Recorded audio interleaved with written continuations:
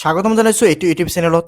আজি আমি আলোচনা কৰিম ক্লাছ 9-ৰ ছায়েন্সৰ চেপ্টাৰ নাম্বাৰ 1, যাৰ নাম হৈছে আমাৰ চাৰিওকাষৰ বস্তুবোৰ।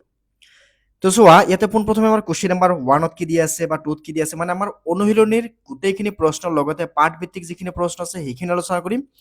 তাৰ লগতে অতিৰিক্ত প্ৰশ্ন আলোচনা কৰিম। মানে এইটো VDF-ৰ যিখিনি কুৱেশ্যন আছে, তোমালোকে যে গোটেইখিনি বস্তু চোৱা, ইয়াৰ পৰা 100% কমন তোমালোকৰ আগন্তুক পৰীক্ষাত পাই যাবা। মানে চেপ্টাৰৰ গোটেইখিনি বস্তু আলোচনা কৰিছোঁ, ভিতৰুৱা নিজে বনোৱা কিছুমান কুৱেশ্যন ইয়াতে আলোচনা কৰা হৈছে। তো চোৱা, আমাৰ চাৰিওকাষৰ বস্তুবোৰ। তলত প্ৰথমে কুৱেশ্যন নাম্বাৰ কি কৈছে, যে তলৰ কোনবোৰ পদাৰ্থ হয়, তলৰ কোনবোৰ পদাৰ্থ আমি ক'ব লাগে। তেতিয়া কি আছে, চকী, বায়ু, প্ৰেম, গন্ধ, ঘৃণা, বাদাম, চিন্তা, ঠাণ্ডা, পনীয়া, সুগন্ধি, সুবাস। ইয়াৰ উত্তৰ কি, যে চকীটো এটা পদাৰ্থ হয়, বায়ু এটা পদাৰ্থ, বাদাম এটা পদাৰ্থ, ঠাণ্ডা পানী এটা পদাৰ্থ, সুগন্ধি দ্ৰব্যৰ সুবাস এইটো এটা পদাৰ্থ। 2 নম্বৰ প্ৰশ্নত কি কৈছে, তলৰ পৰ্যবেক্ষণৰ কাৰণ দৰ্শোৱা। যে কড়াকৈ ভজা গৰম বস্তুৰ গোন্ধই কেইবা মিটাৰ দূৰৰ পৰা পোৱা যায়, কিন্তু ঠাণ্ডা বস্তুৰ গোন্ধ পাবলৈ ওচৰত যাব লাগে। তাৰমানে চোৱা, আমি যেতিয়া কি হয়, কিছুমান ক্ষেত্ৰত ঘৰত যেতিয়া আঞ্জা ভজা হয় বা বেলেগ কিবা বস্তু বনোৱা হয়, তেতিয়াহ'লে কি হয়, সেইটো গোন্ধ বহুত দূৰলৈ যায়। মানে অমলেট এটা বনালে বহুত দূৰলৈ যায় গোন্ধটো। কিন্তু আমি যেতিয়া চাওঁ, যেতিয়া আমাৰ কিবা এটা বস্তু মানে গৰম নহয়, তেনেকুৱা বস্তু ইমান দূৰলৈ নাযায়। তো সেইটো বস্তু কিয় হয়, আমাক সেইটো ইয়াতে ক'ব লাগে। তো চোৱা, আমি যদি চাওঁ, ইয়াতে কি কৈছে, ইয়াৰ কাৰণ হ'ল গেছৰ বেপনৰ মাত্ৰা উষ্ণতাৰ বৃদ্ধিৰ লগে লগে বাঢ়ে। যে গৰম বস্তুৰ ক্ষেত্ৰত বেপনৰ মাত্ৰা বাঢ়ে বাবে বস্তুৰ গোন্ধ বহুত দূৰলৈ বাঢ়ি যায়, আনহাতে ঠাণ্ডা বস্তুৰ ক্ষেত্ৰত বেপনৰ মাত্ৰা কম হয় বাবে গোন্ধ পাবলৈ ওচৰত যাব লাগে। ঠিক আছে, এইবাৰ চোৱা, নেক্সট 3 নম্বৰ কুৱেশ্যনত কি কৈছে, এজন ডুবাৰুৱে, মানে যোনে পানীৰ তলত যায় তাক ডুবাৰু বুলি কোৱা হয়। পানীৰ তলত গৈ কিনে কিবা এটা বস্তু বা কেতিয়াবা কোনো দুৰ্ঘটনাত যদি গাড়ী এটা বা মানুহ পানীৰ তলত সোমাই থাকে, তেতিয়াহ'লে সেইটো চাবলৈ ডুবাৰুসকলে মানে পানীৰ তলত সোমাই যায়। এজন ডুবাৰুৱে সাঁতোৰাৰ সময়ত পুখুৰীৰ পিঠিফালে সোমাই যাব পাৰে, পদাৰ্থ কি ধৰ্মৰ ওপৰত ভিত্তিত এইটো সম্ভৱ।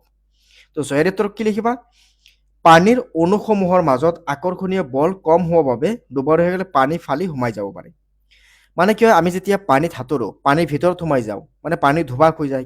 কিয়নো পানীৰ অণুবোৰৰ মাজত কি হয়, আকৰ্ষণীয় বল কম, কিন্তু গোটা পদাৰ্থৰ আকৰ্ষণীয় বল বেছি। সেইকাৰণে আমি মাটিৰ তলত সোমাই নাযাওঁ। কিন্তু বোকা মাটিত চাবা, তোমালোকৰ ভৰিটো অকণমান সোমাই যায়। মানে বোকা মাটিৰ আকৰ্ষণীয় বলটো কম, কিন্তু আমাৰ নৰ্মেল যিটো মাটি আছে, এইটো আকৰ্ষণীয় বল বহুত বেছি, পকাত আৰু বেছি। এতিয়া নেক্সট কি আছে, পদাৰ্থৰ কণিকাবোৰৰ বিশিষ্ট বিলাক কি কি। যে পদাৰ্থৰ কণিকাবোৰৰ বৈশিষ্ট্যবিলাক কি কি। যে পদাৰ্থৰ কণিকাবিলাকৰ বৈশিষ্ট্য হ'ল, ইহঁতৰ মাজত খালী ঠাই থাকে, ইহঁতৰ মাজত আকৰ্ষণীয় বল থাকে, ইহঁত সদায় গতিশীল। তাৰপিছত 5 নম্বৰত কি আছে, প্ৰতি পদাৰ্থৰ প্ৰতি একক আয়তনৰ ভৰৰ পৰিমাণকে ঘনত্ব বোলা হয়। যে ঘনত্ব মানে কি, ভৰ বাই আয়তন। যে পদাৰ্থৰ তৰল পদাৰ্থৰ ঘনত্বৰ ঊৰ্ধ্বক্ৰমত সজোৱা। এতিয়া কি আছে, যে বায়ুৰ চিমনিৰ পৰা ওলোৱা ধোঁৱা মৌ, পানী চকমকাই, যে চক মাটি, কপাহ আৰু লো, ইয়াত ঊৰ্ধ্বক্ৰমত সজাব লাগে। চিমনিৰ পৰা ওলোৱা যিটো ধোঁৱা, এইটো ধোঁৱাটো কি হয়, আকৰ্ষণীয় বল যথেষ্ট কম। এইটো ফাৰ্ষ্টত লিখা হৈছে। তাৰপিছত 2 নম্বৰত কি লিখা হৈছে চোৱা, 2 নম্বৰত লিখা হৈছে ইয়াতে, যে ধোঁৱাৰ পিছত বায়ু, যিটো বায়ু আছে নৰ্মেল, সেইটো বায়ুটোৰ তাতকৈ অকণমান বেছি। ঠিক আছে, তাৰপিছত নাম্বাৰ 3ত কি আছে, নাম্বাৰ 3ত কি আছে, কপাহ মানে এই আমি যে কপাহৰ যিটো ব্যৱহাৰ কৰোঁ, ইনজেকশ্যন এটা লওঁতে কপাহ ব্যৱহাৰ কৰা হয়। তাৰপিছত চক মাটি যিটো আছে, তাৰপিছত কি আছে, মৌ, তাৰপিছত কি আছে, লো। অ'কে, তাৰপিছত চোৱা, নেক্সট কি আছে, পদাৰ্থৰ বিভিন্ন অৱস্থাৰ বৈশিষ্ট্য পাৰ্থক্য দেখি এখন তালিকা প্ৰস্তুত কৰা। বিভিন্ন বৈশিষ্ট্যৰ ওপৰত ভিত্তি কৰি এখন কি কৰিব লাগে, তালিকা বনাব লাগে। তো চোৱা, যে তালিকাৰ ক্ষেত্ৰত আমি কি কৰিম, ইয়াতে চাই লোৱা তোমালোকে কি কৰা হৈছে, তলৰ তালিকাবিলাকৰ ওপৰত মন্তব্য কৰিব দিছে, যে ইয়াতে এটা এটাকৈ প্ৰশ্ন আমি উত্তৰ লিখিম। তো এই নম্বৰ প্ৰশ্ন উত্তৰ আগতে লিখি লওঁ, যে বৈশিষ্ট্য গোটা, জলীয় আৰু গেছীয়। আমি বৈশিষ্ট্য লিখিম কাৰ কাৰ, গোটা, জলীয় আৰু গেছীয় আমি বৈশিষ্ট্য ইয়াতে লিখিম। ঠিক আছে, তো চোৱা, ইয়াতে কি লিখা হৈছে, খালী ঠাই কি আছে, খুব কম, জলীয়াত কম, কিন্তু গেছীয়ত বেছি।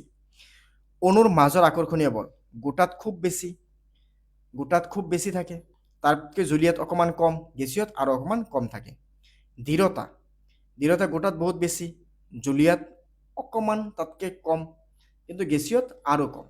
ঠিক আছে, তাৰপিছত কি আছে, ঘনত্ব ঘনত্ব চবতকৈ বেছি ক'ত আছে? গোটাত বেছি আছে, জুলীয়াত অকণমান কম আছে, তাতকৈ কম ক'ত আছে? তাতকৈ কম আছে যে গেছীয়ত, যে একেবাৰে দৃঢ়, মানে তুমি নাই বুলিয়ে ক'ব পাৰা। অ'কে, তাৰপিছত চোৱা নেক্সট কি আছে? দৃঢ়তা। আমি এই কুৱেশ্যন নাম্বাৰ যে বি পাইছিলোঁ, তোমালোকে এইটো চাব পাৰা তোমালোকৰ কিতাপৰ, এইটো পেজ নাম্বাৰ কিমান আছে? কিতাপৰ পেজ নাম্বাৰ আছে তোমালোকৰ 6 নম্বৰ পেজত তোমালোকে চাব পাৰা। 6 নম্বৰ পেজত এইখিনি প্ৰশ্ন দিয়া আছে। এইটো 2 কুৱেশ্যন নাম্বাৰ হয়। তোমালোকে কিতাপৰ যদি চোৱা পেজ নাম্বাৰ 6ত কুৱেশ্যন নাম্বাৰ 2, 2ৰ বি নাম্বাৰ চোৱা। বি নাম্বাৰত কি আছে? তলৰবিলাকৰ ওপৰত মন্তব্য দিয়া। ইয়াতে পোনপ্ৰথমে চালে কি আছে? দৃঢ়তা বা ৰিজিডিটি, যাক ইংৰাজীত কোৱা হয়। তো দৃঢ়তা পদাৰ্থৰ এটা বৈশিষ্ট্য, যাৰ বাবে পদাৰ্থই এটা নিৰ্দিষ্ট আকৃতি লয়। কঠিন পদাৰ্থৰ দৃঢ়তা খুব বেছি, সেইবাবে ইহঁতৰ ওপৰত বল প্ৰয়োগ কৰিলে ভাঙি যাব পাৰে, কিন্তু আকৃতিৰ পৰিৱৰ্তন কৰা টান। কিন্তু জলীয় পদাৰ্থৰ দৃঢ়তা কম, আনহাতে গেছীয় পদাৰ্থৰ দৃঢ়তা নহয়।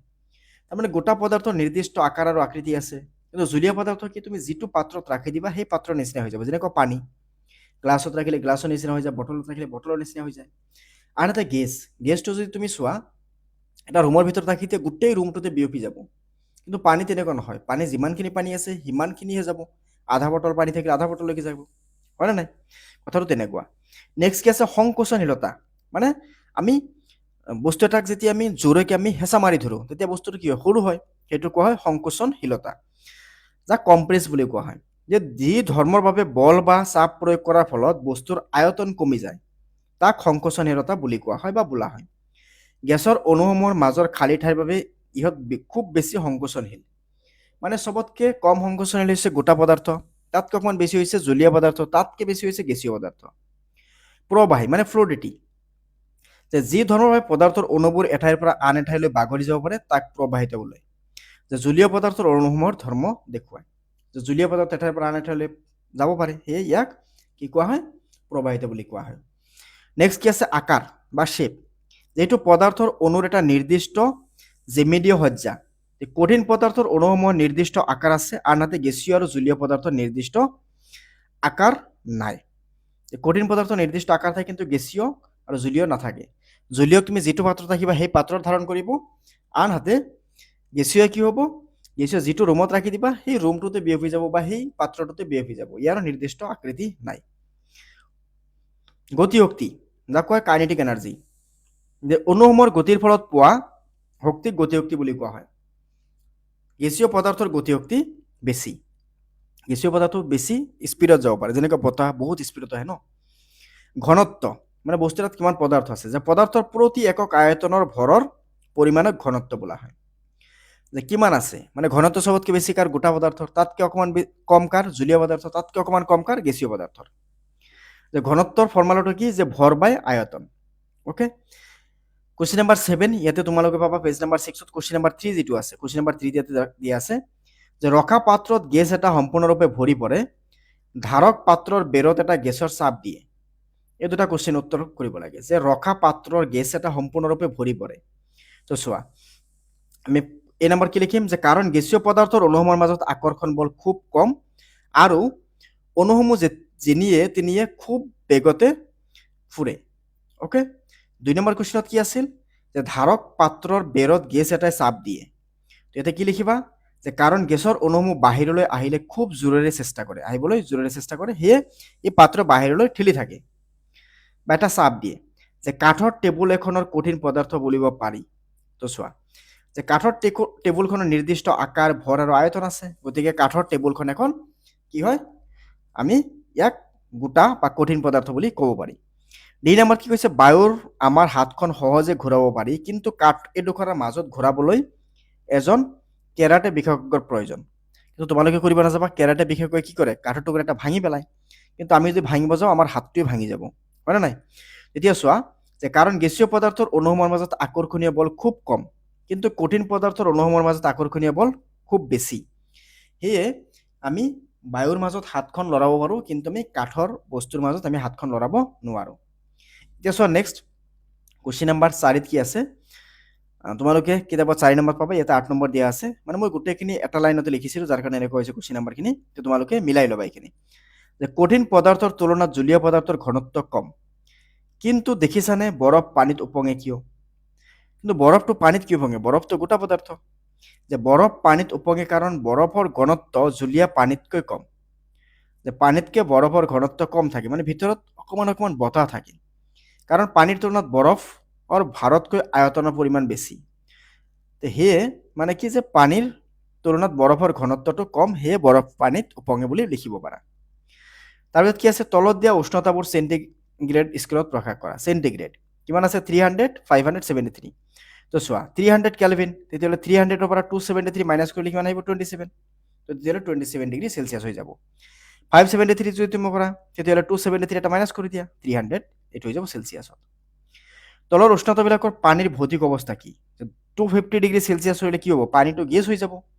100 ডিগ্ৰীতো পানী গেছ হৈ যাব। এটা কথা মনত ৰাখিবা, 100 ডিগ্ৰী চেলচিয়াছ কৰিলে পানী কি হয়, ভাপলৈ ৰূপান্তৰিত হৈ যায়। 11 নম্বৰত কি কৈছে, তো 11 নম্বৰ তোমালোকে এটা কাম কৰিবা, তোমালোকৰ কিতাপৰ এইখিনি বস্তু পাবা তোমালোকে পেজ নাম্বাৰ আহিব, তোমালোকৰ পেজ নাম্বাৰ তোমালোকৰ 9, এতে কুৱেশ্যন নাম্বাৰ এতে 3 পাবা, যে কোনো পদাৰ্থৰ ভৌতিক অৱস্থাৰ পৰিৱৰ্তনৰ সময়ছোৱাত উষ্ণতা স্থিৰ হৈ থাকে কিয়? যে কাৰণ প্ৰয়োগ কৰা তাপৰ কণিকাৰ মাজত আকৰ্ষণীয় বল অতিক্ৰম কৰা অৱস্থাৰ পৰিৱৰ্তন ঘটাবলৈ ব্যৱহাৰ কৰা হয়।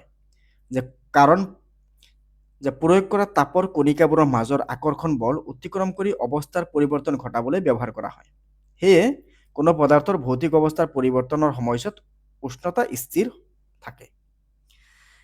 তাৰপিছত চোৱা নেক্সট আছে কি 12 নম্বৰত, যে বায়ুমণ্ডলীয় গেছ জুলীয়া কৰিব পৰা পদ্ধতিটো এটা কোৱা হয়। মানে বায়ুমণ্ডলীয় গেছক জুলীয়া কৰিব পৰা পদ্ধতিটো কি বুলি কোৱা হয়? যে বায়ুমণ্ডলৰ পৰা গেছক চাপ দি ঠাণ্ডা কৰিলে জুলীয়া হয়। অ'কে, তাৰপিছত চোৱা নাম্বাৰ 13, কিন্তু তোমালোকে পাবা তোমালোকৰ পেজ নাম্বাৰ 10ত চাবা, তোমালোকে দিয়া আছে প্ৰশ্নাৱলীত, যে ডিজাৰ্ট কুলাৰ এটা শুষ্ক গৰমৰ দিনত ভালকৈ ঠাণ্ডা কৰে কিয়? যে কাৰণ শুকান গৰমৰ দিনত উষ্ণতা বৃদ্ধি আৰু আৰ্দ্ৰতা কম হোৱাৰ বাবে পানীৰ বাষ্পীভৱন খৰতকীয়া হয়। কাৰণ কি, চোৱা এটা আছে ডিজাৰ্ট কুলাৰ, এটা আছে ৱাটাৰ কুলাৰ। তো ৱাটাৰ কুলাৰত কি কৰা হয়, পানী ভৰাই দিয়া হয়, কিন্তু এইটোত পানী ভৰোৱা নহয়। ইয়াত কি কৰা হয়, যে শুকান গৰমৰ দিনত উষ্ণতা বৃদ্ধি আৰু আৰ্দ্ৰতা কম হোৱাৰ বাবে পানীৰ বাষ্পীভৱনত খৰতকীয়াকৈ হয়। তাৰপিছত চোৱা নাম্বাৰ 14ত কি আছে, মানে তোমালোকে তাতে পাবা কুৱেশ্যন নাম্বাৰ 2ত কি আছে, গ্ৰীষ্মকালত মাটিৰ কলহৰ পানী ঠাণ্ডা হৈ থাকে কিয়? মানে গৰমৰ দিনত মাটিৰ কলহৰ পানী ঠাণ্ডা হৈ থাকে কিয়? তো আমি ফ্ৰিজৰ পানী খোৱাতকৈ মাটিৰ কলহ এটা লৈ কিনে তাৰে পানী খোৱাটো আমাৰ বডিৰ বাবে ভাল, সেইটো আমাৰ শৰীৰৰ বাবে ভাল, বা শৰীৰ ভাল থাকে, তোমালোকে ঘৰত সেইটো ইউজ কৰিব পাৰা। যে ইয়াৰ কাৰণ হ'ল মাটিৰ কলহৰ ছিদ্ৰৰ মাজেৰে পানী বাহিৰলৈ ওলাই আহে আৰু পানী বাষ্পীভৱন হয়, মানে পানী বাহিৰত আহি যায়। বাষ্পীভৱনৰ বাবে ভিতৰৰ পানী ঠাণ্ডা হৈ থাকে। অ'কে, মানে মাটিৰ কলহত যদি তুমি পানী ৰাখি দিয়া, পানী লাহে লাহে অকণমান অকণমানকৈ কমি থাকে, মানে সেই বাহিৰত পানী আহি থাকে আৰু এই বাহিৰৰ পানীখিনিয়ে ঠাণ্ডা কৰি ৰাখে। হাতৰ তলুৱাক এচিটন, পেট্ৰল বা সুগন্ধি আঁতৰ ঢালি ল'লে ঠাণ্ডা অনুভৱ হয়। তো চাবা, হাতত যদি তুমি পেট্ৰল ঢালি দিয়া, তেতিয়াহ'লে হাতখন অকণমান ঠাণ্ডা হ'ব। কিয়? যে কাৰণ এচিটন, পেট্ৰল বা সুগন্ধি আঁতৰৰ অণুবোৰ হাতৰ তলু আৰু চাৰিওফালৰ তাপ শক্তি সংগ্ৰহ কৰে আৰু বাষ্পীভূত হয়। যে বাষ্পীভৱনৰ বাবে হাতৰ তলুৱাৰ ঠাণ্ডা অনুভৱ হয়। আৰু এটা বস্তু তোমালোকে মন কৰিব পাৰা, তোমালোকে যেতিয়া ফ্ৰিজৰ পৰা পানী উলিওৱা নাইবা এটা ক'ল্ড ড্ৰিংকছ উলিওৱা, তেতিয়া চাবা এই ক'ল্ড ড্ৰিংকছৰ বাহিৰৰ ছাইডত কি হয়, পানীৰ কণিকা জমা হয়। এইটো ভিতৰৰ পৰা, বটলৰ ভিতৰৰ পৰা বা সেই ক'ল্ড ড্ৰিংকছৰ পৰা ওলোৱা পানী নহয়, এইটো কি হয়, বায়ুমণ্ডলৰ যিটো পানী আছিল, সেইটো পানী ঠাণ্ডা হোৱাৰ ফলত তাতে গৈ কিনে জমা হৈ যায় বা জমি যায়, এয়া আমি তাতে পানী দেখা পাওঁ। নাম্বাৰ 16ত কি কৈছে, গৰম চাহ বা গাখীৰৰ কাপ লৈ খোৱাত প্লেটত লৈ খোৱা সহজ কিয়?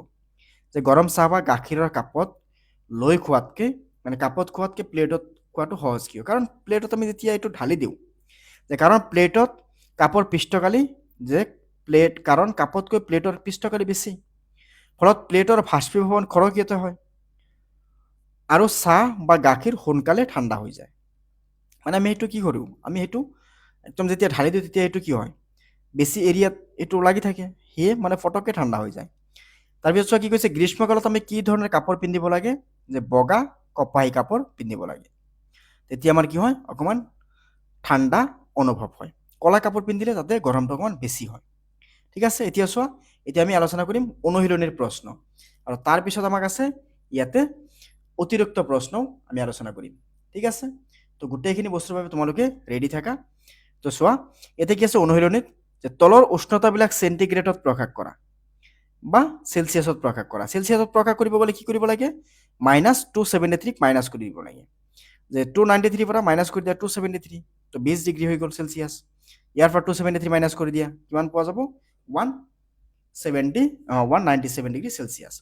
এতিয়া তলৰ উষ্ণতাবিলাকক কেলভিনত প্ৰকাশ কৰা। চ' কেলভিনত প্ৰকাশ কৰিব গ'লে জাষ্ট এইটোৰ লগত 273 এটা প্লাছ কৰি দিয়া। তো প্লাছ কৰি দিলে আনচাৰ আহি যাব কিমান 298 কেলভিন। আৰু ইয়াতো 273 এটা প্লাছ কৰি দিয়া হৈ গ'ল 646 কেলভিন। এতিয়া নাম্বাৰ 3 কি কৈছে কাৰণ দৰ্শোৱা। যে খোলা ঠাইত নেপথেলিনৰ বল কেইদিন থৈ দিলে নাইকিয়া হয় কিয়? তো কাৰণ ঊৰ্ধ্বপতন প্ৰক্ৰিয়াৰ নেপথেলিনৰ বল পোনে পোনে গেছীয় অৱস্থালৈ ৰূপান্তৰিত হৈ যায়। মানে এই সৰু সৰু বগা যে আমাৰ ঘৰত যে ৰাখি দিয়ে সেইবোৰ পঁইতাচোৰা খেদোৱাৰ কাৰণে বা হয়তো স্মেলটো অকণমান ভাল হোৱাৰ কাৰণে, গোন্ধটো ভাল হোৱাৰ কাৰণে সেইটো কি হয় লাহে লাহে লাহে লাহে সেইটো শুকাই যায় বা বায়ুৰ লগত মিহলি হৈ যায়। নাম্বাৰ বিত কি হৈছে দূৰৰ পৰা আঁতৰৰ গোন্ধ পোৱা যায়। কাৰণ আঁতৰৰ অণুসমূহে খুব বেগত চাৰিওফালে গতি কৰে। সেয়ে কোনোবা এজন মানুহে যে পাৰফিউম লগাই বহুত দূৰৰ পৰা আমি সেই স্মেলটো পাওঁ। নাম্বাৰ 4 কি কৈছে কণিকাবোৰৰ মাজৰ আকৰ্ষণ বলৰ ঊৰ্ধ্বক্ৰমত সজোৱা। চবতকে ইয়াত আকৰ্ষণীয় বল কম আছে কাৰ অক্সিজেনৰ, তাৰপিছত পানী, তাৰপিছত চেনি। চেনি কি হয় অলমষ্ট গোটা পদাৰ্থই হয় ন। এইটো যদি আমি ডাঙৰ এটা বল বনাই দিব পাৰিম চেনি গোটেইখিনি একলগ কৰি কিনে, ইয়াৰ আকৰ্ষণীয় বলটো আৰু বেছি। তাৰপিছত কি আছে 5 নম্বৰ তলৰ উষ্ণতাক পানীৰ ভৌতিক অৱস্থা কি হ'ব? 25 ডিগ্ৰী চেলচিয়াছত পানীয়ে থাকিব। অ'কে, এইটো জলীয় অৱস্থা থাকিব। 0 ডিগ্ৰী চেলচিয়াছ হ'লে এইটো গোটা বৰফ হৈ যাব আৰু 100 ডিগ্ৰী চেলচিয়াছ হ'লে এইটো গেছীয় অৱস্থা হৈ যাব, মানে এইটো ভাপ হৈ যাব। তাৰপিছত কি আছে নাম্বাৰ 6 যুক্তি দৰ্শাই ব্যাখ্যা কৰা। যে সাধাৰণ উষ্ণতাত পানী জুলীয়া, সাধাৰণ উষ্ণতাত লোৰ আলমাৰি কঠিন। চোৱা সাধাৰণ উষ্ণতাত পানী জুলীয়া কাৰণ পানীৰ অণুসমূহৰ মাজত আকৰ্ষণীয় বল কম আৰু ইহঁতে এঠাইৰ পৰা আন ঠাইলৈ বাগৰি যাব পাৰে। তাৰপিছত কি কৈছে সাধাৰণ উষ্ণতাত লোৰ আলমাৰি কঠিন। যে হয় সাধাৰণ উষ্ণতাত লোৰ আলমাৰীৰ অণুসমূহৰ মাজত আকৰ্ষণীয় বল খুব বেছি আৰু ইহঁতৰ মাজত ব্যৱধান খুব কম হোৱাৰ বাবে আলমাৰীটো দৃঢ় আৰু সেইবাবে আলমাৰীটো কঠিন হয়। নাম্বাৰ 7 কি কৈছে যে 273 ডিগ্ৰী উষ্ণতাত কেলভিন উষ্ণতাত বৰফে এটা একে উষ্ণতাত থকা পানীতকৈ বেছি ঠাণ্ডা কৰে কিয়? মানে কথাটো অকণমান মন কৰিবা যে 273 কেলভিন উষ্ণতাত বৰফৰ কণিকাবোৰৰ তুলনাত পানীৰ কণিকাবোৰ নিহিত শক্তিৰ পৰিমাণ অধিক, সেইবাবে একে উষ্ণতাত বৰফ পানীতকৈ বেছি ঠাণ্ডা। অ'কে, নেক্সট কি কৈছে যে উতলা পানী আৰু ভাপৰ কোনটো বেছি পুৰিব? এইটো কথা মন কৰিবা তোমালোকে যে কেতিয়াবা কেতিয়াবা কি হয় আমি ক'ৰবাত হয়তো পিকনিকত আমি যাওঁ বা হয়তো আমি জাৰ্ণিত যাওঁ, স্পেচিয়েলি আমি জানুৱাৰী বা ডিচেম্বৰ মাহত আমি ক'ৰবাত ফুৰিব যাওঁ। তো তাতে গৈ কিনে যিটো এই নদীৰ পানী আছে তোমালোকে পানীত নামিলে চাবা যে বহুত ঠাণ্ডা, এইটো বৰফতকৈও ঠাণ্ডা হয়। ঠিক আছে, সেইটো কোৱা হৈছে। নেক্সট কি আছে নাম্বাৰ 8 উতলা পানীৰ ভাপ কোনটো বেছি পুৰিব? পানীৰ ভাপে বেছিকৈ পুৰিব। উতলা পানী নে ভাপৰ কোনটো বেছিকৈ পুৰিব? পানীৰ ভাপে বেছিকৈ পুৰিব। অৱস্থাৰ পৰিৱৰ্তন দেখুৱাই তলৰ চিত্ৰ ABCDৰ এই এফৰ নাম দিয়া। এটা নাম দিব দিছে, কোনটো নাম কি হ'ব এইটো ইয়াতে চাব দিছে। তো চোৱা এইটো যে আমি চাওঁ তাপৰ বৃদ্ধি আৰু চাপৰ হ্ৰাস। এতিয়া তাপৰ বৃদ্ধি আৰু চাপৰ হ্ৰাস কৰা হৈছে। এইফালে কি আছে গেছীয়, এইফালে আছে গোটা। এতিয়া আমি যদি চাওঁ এ হৈছে কি ইয়াতে বিগলন, মানে এৰ পৰা এইফালে ইয়াতে কি হৈছে তাপটো গৈছে। তাপটো যোৱাৰ পিছত বিত কি আহিছে? বিত এইটো গৈ কিনে গেছীয় অৱস্থা মানে বাষ্পীভৱন হৈছে। চিত কি হৈছে? চিত এইটো কি আছে ঘনীভৱন, মানে এইটো আকৌ কি হয় গেছটো কেতিয়াবা চাবা তোমালোকে যেতিয়া পাত্ৰ এটাত কিবা এটা বস্তু গৰম কৰা বা চব্জি এটা গৰম কৰা হয় তেতিয়া ওপৰত কি হয় ভাপ জমা হয়। তাৰপিছত কি আছে ডিত কি আছে এইটো আকৌ গোটালৈকে আহিছে আৰু ইয়াতে ইত কি আছে ঊৰ্ধ্বপাতন, মানে ওপৰলৈ উঠি গৈছে, ওপৰলৈ উঠি গৈ গেছ হৈছে। আৰু ইয়াতে এফত কি আছে এফতো ঊৰ্ধ্বপাতন হৈছে। এফতো চোৱা তোমালোকে এফতো এনেকে গৈ কিনে গোটাত আহিছে, মানে ঊৰ্ধ্বপাতন হৈছে, উষ্ণতা বাঢ়িছে এইটো। এতিয়া চাওঁ আমি অতিৰিক্ত প্ৰশ্ন। তো চোৱা অতিৰিক্ত প্ৰশ্ন বহুত কেইটা আছে, আমি যিখিনি বস্তু যদি ইয়াতে চাওঁ গোটেইখিনি বস্তু চালে তোমালোকৰ ইয়াৰ পৰা কোনো ডাউট নাথাকিব। গোটেইখিনি বস্তু তোমালোকে যদি লিখি লোৱা নাইবা হয়তো PDF টো ল'ব পাৰা, তোমালোকে কেনেকৈ ল'ব পাৰা সেইটো মোৰ লগত যোগাযোগ কৰিলে তোমালোকে এইটো জনাই দিম। এতিয়া চোৱা ইয়াতে আমাৰ প্ৰশ্ন যিখিনি আছে সেইখিনি আগতে চাই লওঁ। অ'কে, এই গোটেইখিনি যদি তোমালোকে ভালকৈ পঢ়া তেতিয়াহ'লে আৰু বাকী একো চাবলগীয়া নাথাকে বা নাই। পদাৰ্থ বুলিলে কি বুজা? যে যিবোৰৰ ভৰ আছে আৰু যিবোৰৰ ঠাই আগৰে সেইবোৰক পদাৰ্থ বোলা হয়। পদাৰ্থৰ অৱস্থা তিনিটা কি কি? যে গোটা, জুলীয়া আৰু গেছীয়। পঞ্চতত্ন কি যে পুৰণি দাৰ্শনিকসকলে পদাৰ্থবিলাকক 5টা মৌলিক কণিকা যেনে বায়ু পৃথিৱী জুই আকাশ পানীৰ দ্বাৰা গঠিত বুলি বিশ্বাস কৰিছিল ইয়াকে পঞ্চতত্ন বোলা হয় কি আছিল যে বায়ু পৃথিৱী জুই আকাশ আৰু পানী পোহৰ আৰু শব্দক পদাৰ্থ হিচাপে গণ্য কৰা নহয় কিয় যে কাৰণ ইহঁতৰ ভৰ নাই আৰু ইহঁতে ঠাই অধিকাৰ নকৰে বা ইহঁতে ঠাই সাধাৰণতে আগৰিব নোৱাৰে বাষ্পীভৱন কি যে উতলাংকৰ তলত যিকোনো উষ্ণতাত কোনো জুলীয়া পদাৰ্থক ভাগ লৈ পৰিৱৰ্তিত হোৱা ঘটনাক বাষ্পীভৱন বুলি কোৱা হয় বেপন কাক বোলে যে দুটা বেলেগ বেলেগ পদাৰ্থৰ কণিকাবোৰৰ পৰস্পৰ মিহলি হোৱাকে বেপন বোলে পদাৰ্থৰ গৰম কৰিলে বেপনৰ মাত্ৰা বাঢ়ে কিয় যে উষ্ণতাৰ বৃদ্ধিৰ লগে লগে কণিকাবোৰৰ গতি বৃদ্ধি হয় ফলত ইহঁতে সোনকালে আন কণিকাৰ খালী ঠাইৰ মাজত সোমাই পৰে সেইবাবে বেপনৰ মাত্ৰা বৃদ্ধি হয় তাৰপিছত চোৱা 4 নম্বৰত কি লিখা হৈছে ইয়াতে কঠিন পদাৰ্থ কিয় দৃঢ় মানে মজবুত বা টান বাহ্যিক বল প্ৰয়োগ কৰিলে গোটা পদাৰ্থ তাৰ নিজৰ আকৃতি সহজে সলনি নকৰে বা অত্যাধিক বল প্ৰয়োগ কৰিলে গোটা পদাৰ্থ ভাগি যাব পাৰে কিন্তু সিহঁতৰ আকৃতিৰ পৰিৱৰ্তন কৰা টান যে কঠিন পদাৰ্থৰ অণুসমূহ খুব বেছি আকৰ্ষণীয় বলৰ দ্বাৰা ইটোৱে আনটোক বান্ধি ৰাখে সেয়ে ইহঁত দৃঢ় এই ওপৰৰ এইখিনি লিখিলেও চলি যাব তোমালোকে ডাইৰেক্ট যদি এইখিনি লিখি দিয়া তথাপি হৈ যাব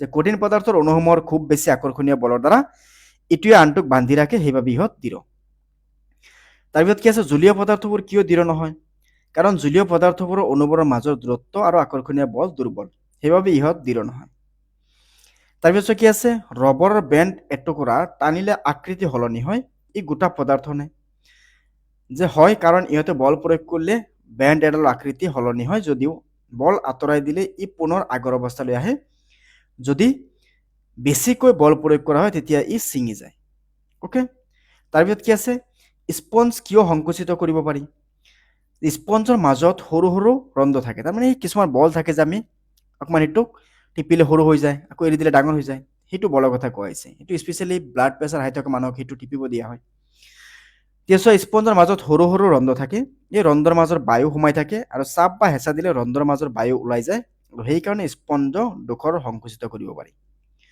নেক্সট কি আছে গলনাংক কি বায়ুমণ্ডলৰ চাপত যি নিৰ্দিষ্ট উষ্ণতাত গোটা পদাৰ্থ গলিবলৈ ধৰে তাক গলনাংক বোলে উতলাংক কি যে বায়ুমণ্ডলৰ চাপত যি নিৰ্দিষ্ট উষ্ণতাত জলীয় পদাৰ্থ উতলিব ধৰে তাক উতলাংক বোলে পানীৰ উতলাংক কিমান 100 ডিগ্ৰী চেলচিয়াছ জলীয় পদাৰ্থৰ বেপনৰ বেগ গোটা পদাৰ্থতকৈ কিয় বেছি কিয়নো জলীয় পদাৰ্থৰ কণিকাবোৰ সহজতে গতি কৰিব পাৰে আৰু গোটা পদাৰ্থৰ তুলনাত কণিকাবোৰৰ মাজৰ ব্যৱধান বেছি বৰফৰ গলনাংক কিমান 0 ডিগ্ৰী চেলচিয়াছ বা 270 ডিগ্ৰী কেলভিন বিগলন কি যে কঠিনৰ পৰা জলীয় অৱস্থা হোৱা প্ৰক্ৰিয়াকে বিগলন বোলা হয় বিগলনৰ লিন তাপ কি যে এক বায়ুমণ্ডলীয় চাপ আৰু গলনাংকৰ উষ্ণতাত 1 কিলোগ্ৰাম কঠিন পদাৰ্থক জলীয় অৱস্থালৈ নিব পাৰি পৰিমাণ প্ৰয়োজন হয় তাকে বিগলনৰ লিন তাপ বুলি কোৱা হয় ঊৰ্ধ্বপাতন কাক বোলে যে তাপৰ প্ৰভাৱত জলীয় অৱস্থাপ্ৰাপ্ত নোহোৱা কঠিনৰ পৰা পোনে পোনে গেছীয় অৱস্থালৈ হোৱা ৰূপান্তৰ বা গেছীয়ৰ পৰা কঠিন হোৱা প্ৰক্ৰিয়াকে ঊৰ্ধ্বপাতন বুলি কোৱা হয় নেক্সট কি আছে চোৱা শুকান বৰফ বুলিলে কোনবিধ পদাৰ্থক বুজোৱা হয় যে গোটা কাৰ্বন ডাই অক্সাইডক বুজোৱা হয় শুকান বৰফ বুলি ক'লে তাৰপিছত চোৱা কি আছে বাষ্পীভৱন কেনেদৰে পৰিৱেশ ঠাণ্ডা কৰি ৰাখে ঠাণ্ডা কৰাত সহায় কৰে জলীয় পদাৰ্থ অনবৰতে বাষ্পীভূত হৈ থাকে আৰু বাষ্পীভৱনৰ ফলত কমি যোৱা শক্তি পুৰাবলৈ জলীয় পদাৰ্থৰ কণিকাবোৰ তাৰ চাৰিওফালৰ পৰা শক্তি আহৰণ কৰে এইদৰে শক্তি আহৰণ কৰা বা শুকনৰ ফলত বাষ্পীভূত হোৱা ঠাইৰ ওচৰ পাজৰে ঠাণ্ডা হয় তাৰপিছত কি আছে যে বায়ুৰ আৰ্দ্ৰতাই বাষ্পীভৱনৰ ওপৰত কেনেদৰে প্ৰভাৱ বিস্তাৰ কৰে যে বায়ুৰ থকা জলীয় বাষ্পৰ পৰিমাণে বায়ুৰ আৰ্দ্ৰতা বোলে আৰু এক নিৰ্দিষ্ট উষ্ণতাত বায়ুৰ এক নিৰ্দিষ্ট পৰিমাণৰ জলীয় বাষ্পই থাকিব পাৰে আৰু বায়ু জলীয় বাষ্পৰ পৰিমাণ বেছি থাকিলে বাষ্পীভৱনৰ বেগ আৰু মাত্ৰা কমে অৰ্থাৎ আৰ্দ্ৰতা কম হ'লে বাষ্পীভৱন বাঢ়ে ঠিক আছে আমি এইটো ভিডিঅ'ত কি কৰিলোঁ চেপ্টাৰ নম্বৰ 1 বিষয়ে আমি আলোচনা কৰিলোঁ চেপ্টাৰ নম্বৰ 1 নাম কি আছিল যে আমাৰ চাৰিওফালৰ বস্তুবোৰ তো আশা কৰোঁ এই গোটেইখিনি বস্তু তোমালোকে বুজি পাইছা এইখিনি বস্তু যদি কিবা প্ৰব্লেম থাকে বা কিবা সমস্যা থাকে তোমালোকে কমেণ্ট কৰি জনাবা সেইখিনি বস্তু নিশ্চয় সমাধান কৰিম সো আমি আকৌ লগ পাম পৰৱৰ্তী ভিডিঅ'ত ধন্যবাদ